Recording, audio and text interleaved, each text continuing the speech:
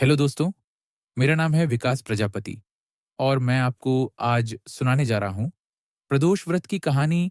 पौराणिक मान्यता के अनुसार एक नगर में एक गरीब ब्राह्मणी अपने छोटे बेटे के साथ रहती थी। पति के चल बसने के बाद उस ब्राह्मणी का और कोई दूसरा सहारा नहीं था।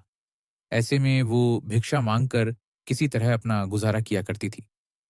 एक दिन घर लौटते समय उसे रास्ते में एक घायल युवक मिला। उसे दया आई और फिर उसे अपने घर लाकर उसकी सेवा की और ठीक होने तक पूरे समर्पण के साथ उसकी देखभाल करती रही।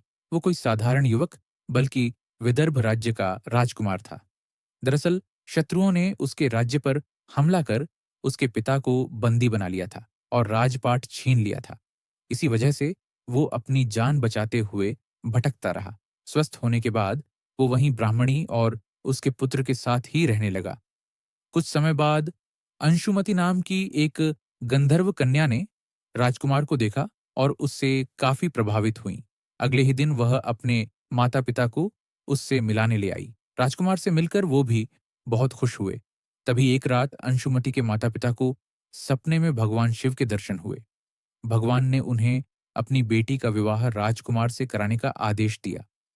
शिवजी की आज्ञा का पालन करते हुए उन्होंने जल्द ही दोनों का विवाह भी करवा दिया। उधर ब्राह्मणी पूरी श्रद्धा और नियम से प्रदोष व्रत रखती थी और भगवान शिव की पूजा करती थी। उसे अपनी इस भक्ति का फल ये मिला कि अंशुमति के पिता की सेना की सहायता से राजकुमार ने अपने शत्रुओं को परास्त कर विदर्भ राज्य दोबारा हासिल कर लिया और अपने पिता को भी सम्मानपूर्वक वापस राज्य दिलाया। राजा बनने के बाद उसने ब्राह्मणी के बेटे को अपना प्रधानमंत्री नियुक्त किया और उनके उपकार का सम्मान किया।